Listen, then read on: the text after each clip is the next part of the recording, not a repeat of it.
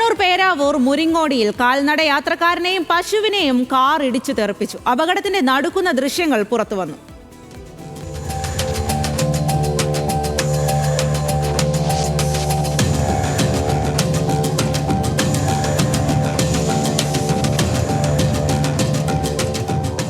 മുരിങ്ങോടി സ്വദേശി ബാലചന്ദ്രന് പരിക്കേറ്റിട്ടുണ്ട്.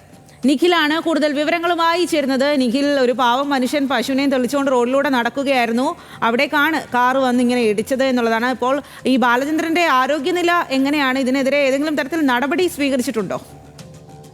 സ്വാതി, ഏതായാലും ബാലചന്ദ്രന്റെ ആരോഗ്യനില തൃപ്തികരം എന്നതാണ് നമുക്ക് അറിയാൻ കഴിയുന്നത്. ഏതായാലും ഇന്ന് വൈകിട്ടോടു കൂടിയാണ് ഈ സംഭവം നടക്കുന്നത്.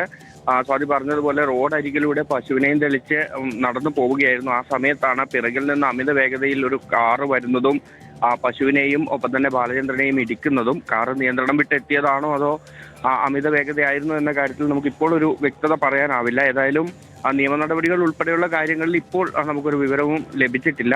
ആ ദൃശ്യങ്ങൾ നമ്മളെ വല്ലാതെ ഭയപ്പെടുത്തുന്നത് തന്നെയാണ്. കാരണം ആ കാറ് വന്ന് ഇടിക്കുമ്പോൾ പശുവും ബാലചന്ദ്രനും രണ്ടുപേരും തെറിച്ചു പോകുന്നത് നമുക്ക് കാണാൻ. പിന്നീട് കാറിനും കേടുപാട് സംഭവിച്ചിട്ടുണ്ട്. ഏതായാലും വലിയ ഗുരുതരമായൊരു പരിക്കിലേക്ക് പോയിട്ടില്ല എന്ന ആശ്വാസകരമായ പശുവിന്റെ അവസ്ഥ എന്താണ്? പശുവും വീഴുന്നുണ്ടല്ലോ. പശുവിന്റെ അവസ്ഥ എന്താ നിലവിൽ?